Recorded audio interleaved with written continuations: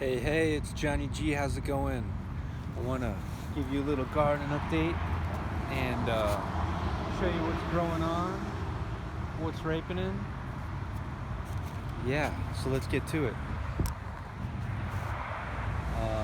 This is plants. Everybody knows about plants.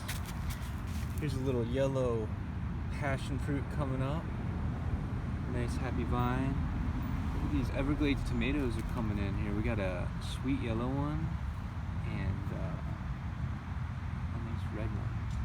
These are the one variety of tomato I know of that can survive the Florida summer. So it's a cool perennial. You can get a whole patch of going.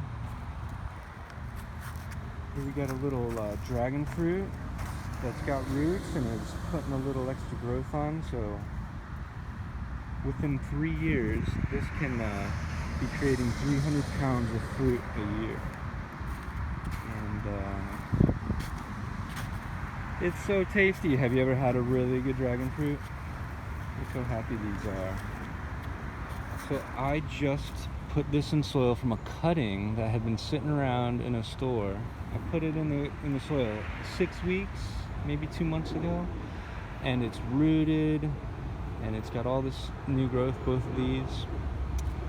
And yeah, lots of different kinds. White, purple, yellow.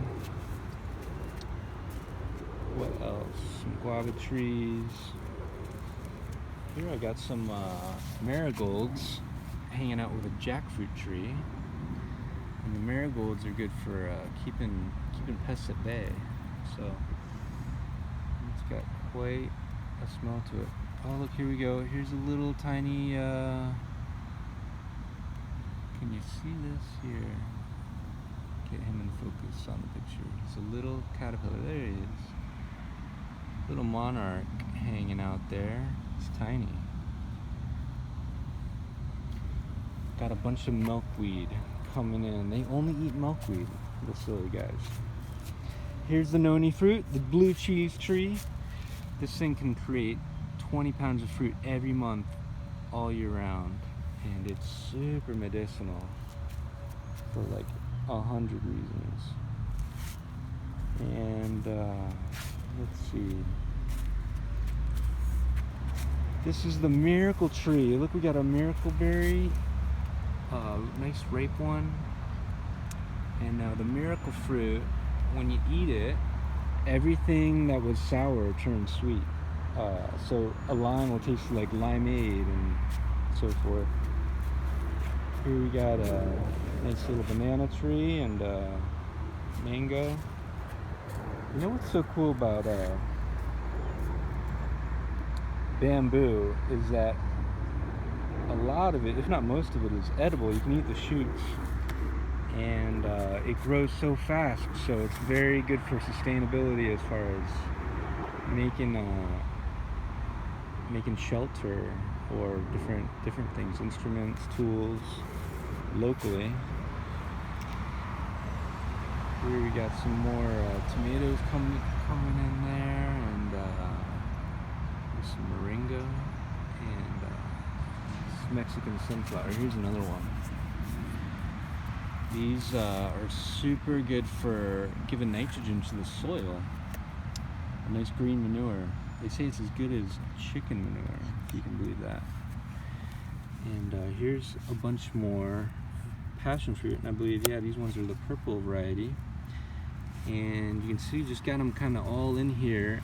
And you know, probably the right amount of plants for this pot would be like 2 or 3. But you can see that when we go to up pot this, we'll be able to separate them and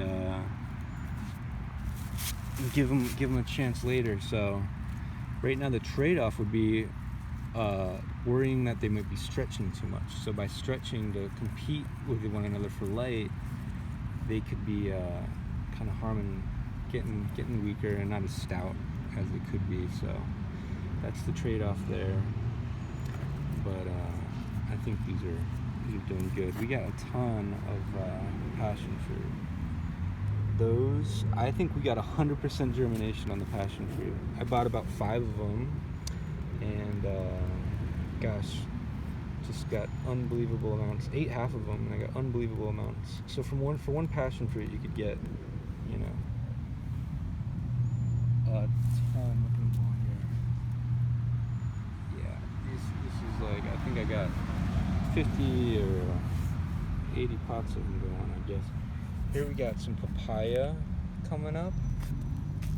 Now papaya, this is interesting. This is similar to the passion fruit here, having so many stacked.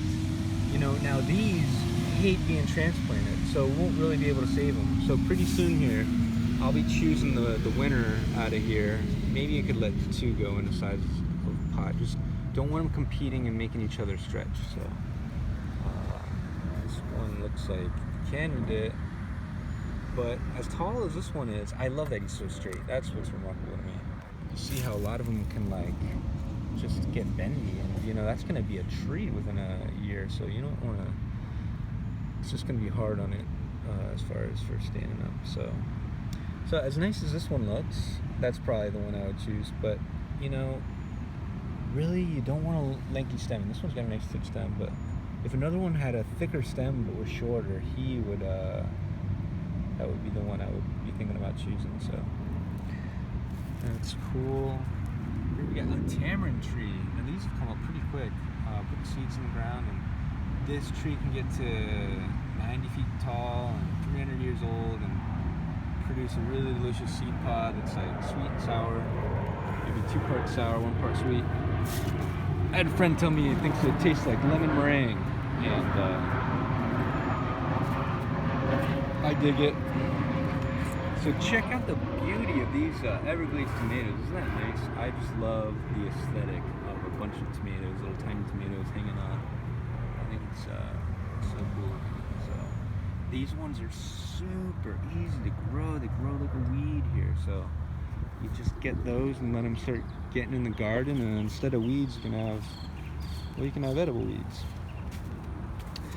But that's a principle that a lot of people talk about, is that, you know, you plant your weeds so that, you know, something's going to take your empty space.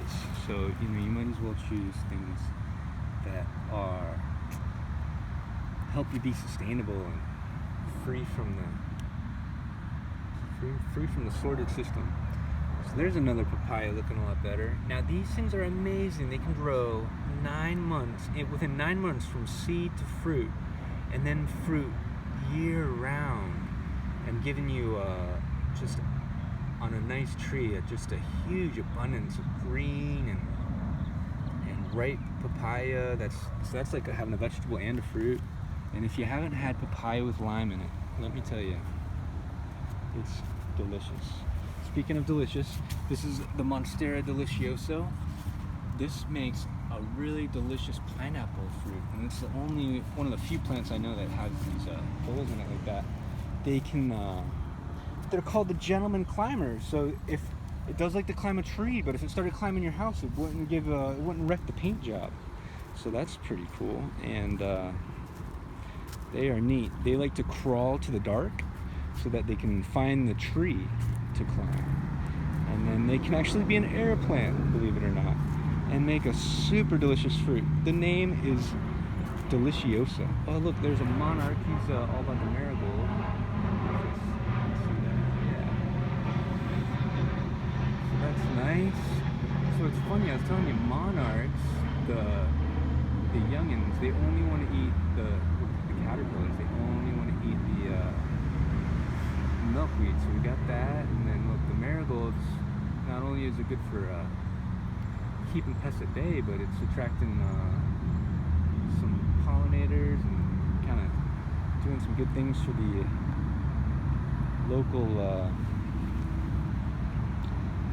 local environment. So that's nice. You can see there's a couple of papayas on either side. Now,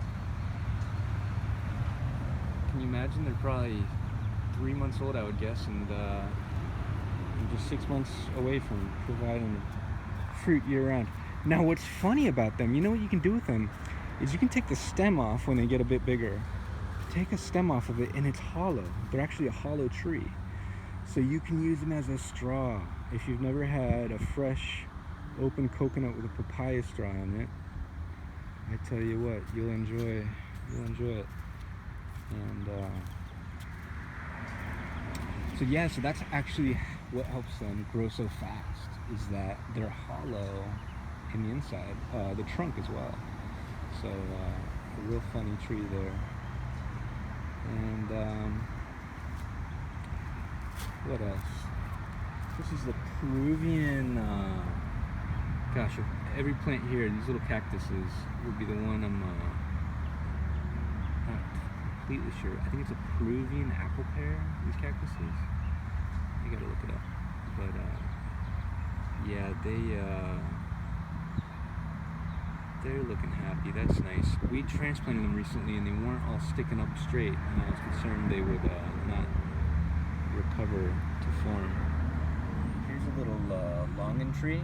Longans and lychees and rambutans, I love them. What a great family.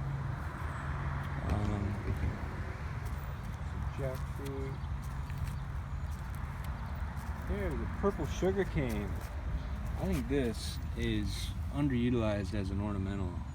You know, there's just so much money thrown into landscaping, and the way they do it is just all types of wrong for so many reasons. You know, start with grass, but you know, just even even other ornamental plants. You know, gosh, look how beautiful this is. It looks like a nice purple bamboo as it grows. So you could have that in your yard, and it's something that you could do a dozen things with, from making molasses to making nice little candy sticks and pressed sugarcane juice, which I keep reading has a huge medicinal benefit, and some more passion fruit. Here's a good one, the gooseberry. So this is the yellow gooseberry you've probably seen in a grocery store. It looks like a tomato and it is a nightshade, but it's usually like orangish yellow, also known as a goldenberry. And these gooseberries, I think every seed that we took from those fruits germinated and took.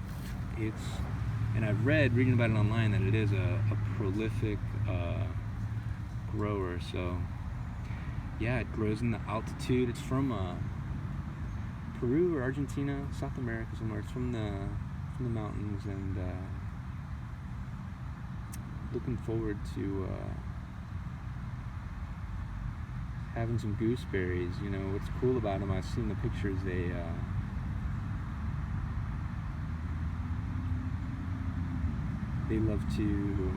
have the little casing around them like a tomatillo, so it's super cool.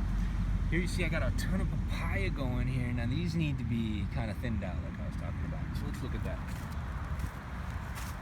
We can kind of do one of these together. So now if this was another plant, you know, I might separate these and have a bunch of different plants. But you see, the danger here is that they're going to start kind of stretching and competing with one another. And what we want is squat plants, stout plants. So how to choose the best one? It's like really just, hey, you want a thick stem, you want it straight, and I'm tempted to, well, now that I'm looking at these, this will be a top priority to handle soon before they stretch anymore, if that's what they're doing already. But yeah, I'm tempted just to pinch them out with my fingers, which I'm sure would be fine. But then to be really delicate, I'm actually more inclined to kind of, because I don't want to rip it out and disturb the roots so much. But what I want to do is clip the top and just have it really kind of be done with without pulling it. So just choosing which stem looks the straightest and the fattest is a good way to thin your plants when you're into that. And yeah, these have come a long way in a week or so ago when we put them in here. They can grow so fast. It's amazing sometimes, growth spurt. So here's some more passion fruit from the other side. Let's see here. Look at this sugar cane. So that was purple sugar cane I was showing before. Now this is the green one. See, just looks like bamboo. And really cool here. We got a yellow one. Let's see. I got some yellow ones that I've actually taken somewhere else. I don't know if this one will take. I can show you how that works though. So this one's not going to happen. But what's important to note on these is you see these are called the eyes, and that's where the growth comes from. And there's one per node, one per little circle. So and they alternate which side they're on. You see, they go. So those need to be kind of whole and not damaged for them to sprout. And sometimes so they can have a lot of roots going. This one doesn't even have roots going. A lot of times they'll have roots going, but the eye will look a little, you'll just wonder about it. Is it gonna be able to go or not? Oh, man. I'm trying to think how long this one's had. I've done a couple different goes at a yellow sugar cane, and I don't know if it was from 2 weeks ago, maybe a little more than that, which I would give more time, or if it was more like 6 weeks ago, in which case I would be over it. So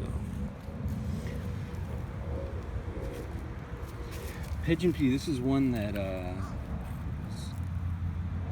we all know about, whether we know it or not. We're all sure most of us have eaten it. It's the pea that's very popular in a lot of Indian dishes and Caribbean and all over.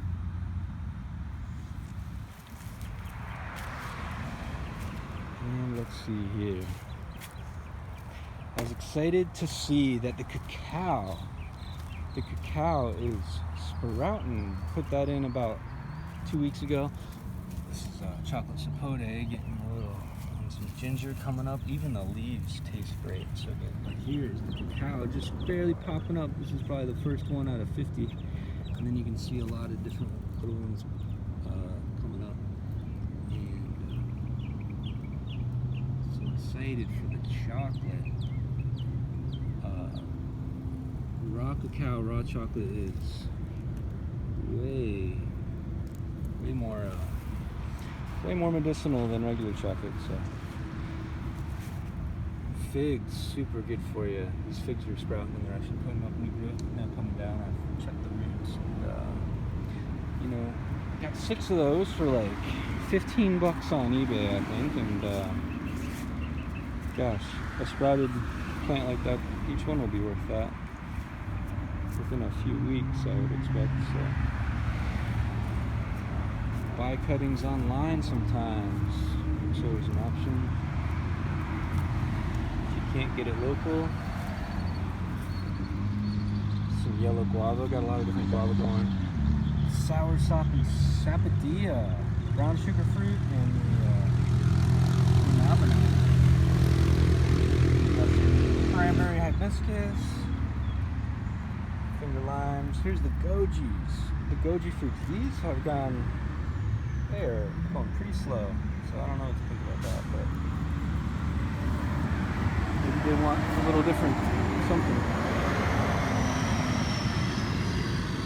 Here we go, we have a roselle. This is related to the cranberry hibiscus, and I am pleased with how fast it's growing. Very surprised compared to the cranberry hibiscus. These have had way less time. Coffee Arabica coffee.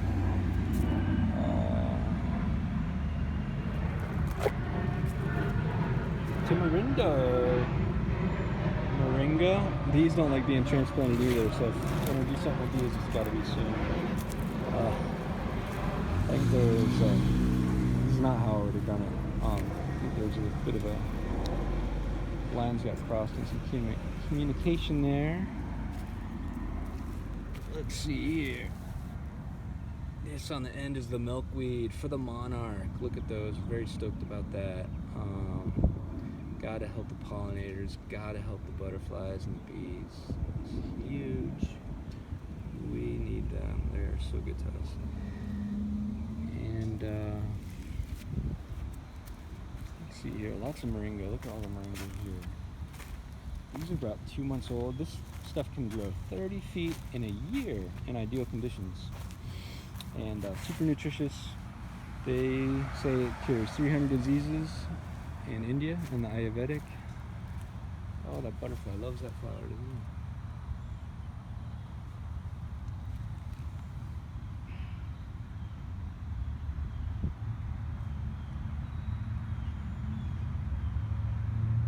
Getting after it. It's so great. The cool thing about fruit and flowers is the flower is like the forerunner of the fruit. And they both are just there to give the animal some sugar, which is I appreciate.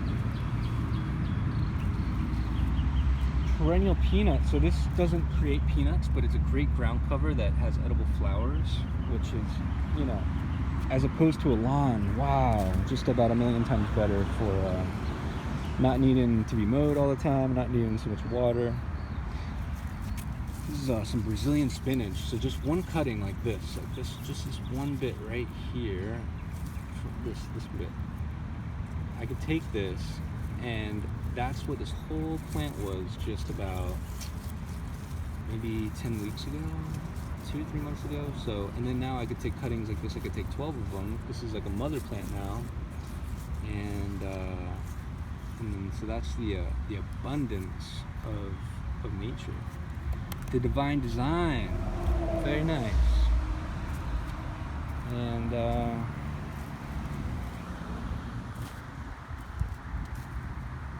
yeah, we got some mangoes ready to graft to. Grafting is pretty easy, guys. Don't be intimidated by that. Lots of fun to practice this sort of stuff. Here's some passion flowers, passion fruits, and then we have the some guavas there. These are mostly all guavas right here. Red guava, yellow guava. It's the root beer plant. It smells like root beer. Likes the shade.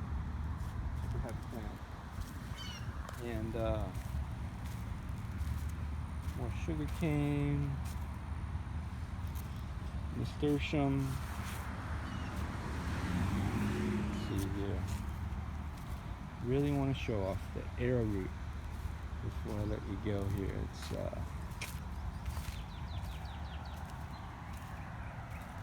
the arrowroot. You can eat the root, as you might guess, and